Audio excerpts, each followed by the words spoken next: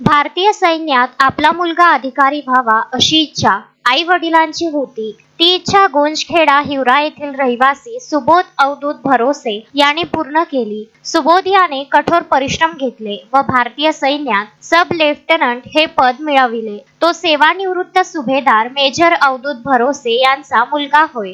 त्याने सैन्यात अधिकारी व्हावे म्हणून त्याला तसे शिक्षण दिले। सब लेफ्टनंट हे पद मिळविणाऱ्या सुबोधने ट्रेनिंग व प्रशिक्षण पूर्ण केले आणि लेफ्टनंट पदावर नियुक्त झाला। त्याने केरळ येथे नेव्हल अकॅडमी येथे 12 महिने ट्रेनिंग घेतले। त्याचे प्रशिक्षण पूर्ण होताच आम्हाला येथे इंडियन नेव्हल अकॅडमी येथे नियुक्ती मिळाली। पुणे येथून रजा घेऊन आई वडिलांना भेटण्याकरिता बाय कार गुंजखेडा येथे आपल्या घरी परतला। तो येणार असल्याची माहिती मिळताच परिसरात आनंदाचे वातावरण तयार झाले।